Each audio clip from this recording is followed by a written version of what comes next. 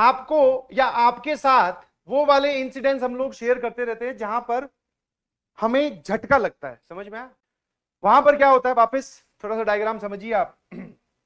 हर गली नुक्कड़ चौराहे पर उस टाइम पर जो उनको बोलते थे दैट इज जूस शॉप, ठीक है।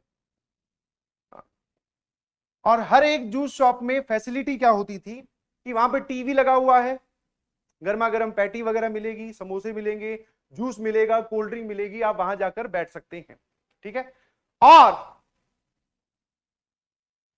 वहां पर क्या होता है, बस आप जाओ, 10 रुपए की पैटी आती थी उस वक्त, 10 रुपए की पैटी लो, आप बैठ जाओ और टीवी देखो, कोई दिक्कत नहीं, ठीक है। वो प्रमोट करते हैं इस चीज को, ताकि जितनी देर आप बैठे रहोगे कुछ ना कुछ खाने के लिए मांगोगे ना, शर्म करके आप आधे घंटे बाद में फिर मांगोगे कुछ ना कुछ।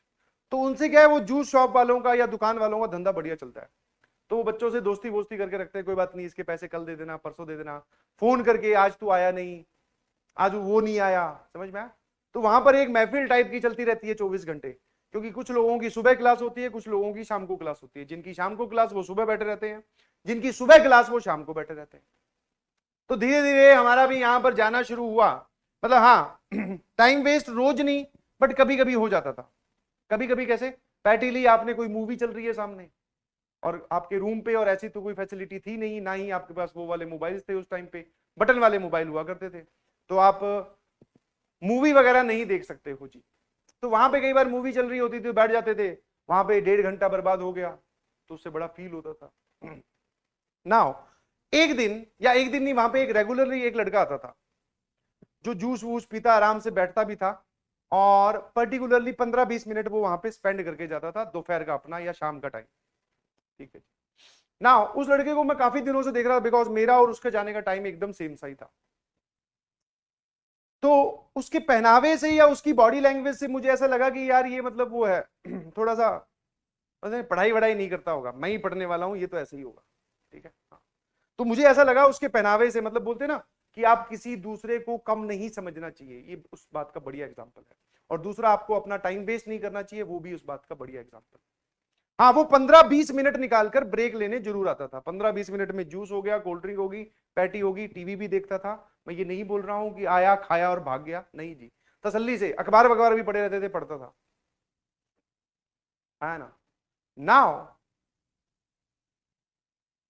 मैंने, या फिर उस लड़के को ऐसे ही एक बार हमने पार्क में संडे वाले दिन खेलते हुए भी देखा। संडे वाले दिन क्रिकेट भी चलता था वहां पे, कोई दिक्कत नहीं है, टेस्ट दे के आओ, टेस्ट देने के बाद में शाम को क्रिकेट खेलते थे। तो जो क्रिकेट की टीम बनी वो मेरे वाली टीम में ही आ गया। रैंडमली बनती है, जितने लड़के खड़े हैं आप बात कर सकते हो, खेल सकते हो, कोई दिक्कत नहीं है, ठीक है। तो क्रिकेट का मैच वगैरह हुआ, खेले, जीते हारे का कोई आइडिया नहीं है, शायद हम लोग हारे ही थे। जब ऐसे ही पोस्ट मैच डिस्कशन हो रहा था तो उससे पूछा कौन सी कोचिंग में हो, उसने नाम लिया एक और कोचिंग का जिसमें मैं नहीं पढ़ता था, ठीक। फिर मैंने ऐसे ही पूछ लिया, क्योंकि वहां पर आपकी जो रेपुटेशन है वो आपका बैच नंबर है।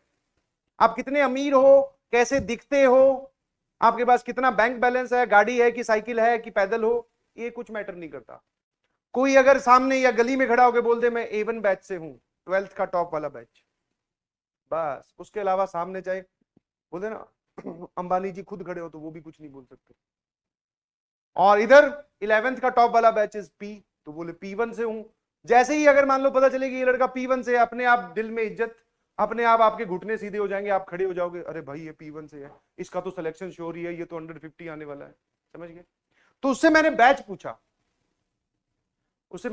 पूछा, उसने बोला उस कोचिंग का, जिस कोचिंग में वो था, वो भी काफी नामी गिरामी बहुत बड़ी कोचिंग है, उसने वहां का 12th का सबसे टॉप वाला बैच बताया।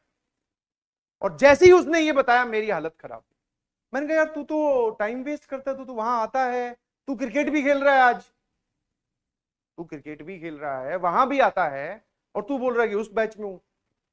तो बोले उससे क्या फर्क पड़ता है, बोले उससे क्या फर्क पड़ता है। मैंने कहा नहीं, हमें तो ऐसा लगता है कि उस बैच वाले जो होते हैं वो तो सांस भी नहीं लेते होंगे, नहाने धोने का टाइम बचाते हैं, रात को नींद ना जाए उसलिए कॉफी खाते हैं, है ना, अलग अलग तरीके से। बोले वो सब बातें ठीक है, बट रिलैक्स और ब्रेक ये लोग भी लेते हैं, आराम से एंजॉय भी करते हैं।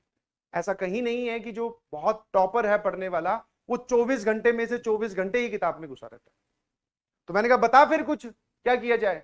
बोले कि बस अपने आप पे रेस्ट्रिक्शन लगाने स्टार्ट कर दो, ठीक है। रेस्ट्रिक्शन मतलब कि अब ये गेम खत्म हुआ है क्रिकेट का, यहां से जाएंगे, आप सब लोगों के मन में एंजॉयमेंट है, वो मुझे ही बता रहा था कि तेरे में अब ऐसा है कि तू रिलैक्स हो चुका है। मैं कहा हाँ, अब जाके तेरी पढ़ने की इच्छा नहीं होगी। मैं कहा बिल्कुल सही, अब जाके पढ़ भी नहीं पाऊंगा। बोले मैं पढ़ूंगा बस, यही डिफरेंस है, मैं जाके अब भी पढ़ूंगा।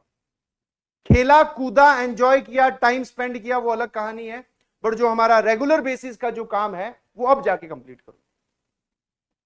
कल भी तो क्लास है बोले, और हमारा मेजर काम बोले खेलना और ये एंजॉयमेंट वाला नहीं है, हमारा मेजर काम है पढ़ाई, तो उसको प्रायोरिटी पे रखना है हमेशा। बोले वो किसी भी हालत में हैम्पर नहीं होनी चाहिए, बाकी चाहे आप कुछ भी करो।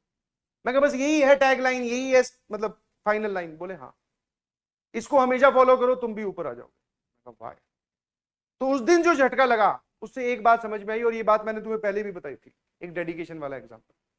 वो तो हमारे साथ ही रहता था कि आप मूवी देखो, खेलो, ब्रेक लो, घूम के आओ, पार्क में जाओ, वो सब आपके काम है, बट जो आपका मेजर काम है, जो आपकी प्रायोरिटी है, वो किसी भी हालत में हैम्पर नहीं होनी चाहिए। बोले आया मैं IIT दिल्ली में पढ़ता हूं, कॉफी पे चलोगी क्या? काम खत्म।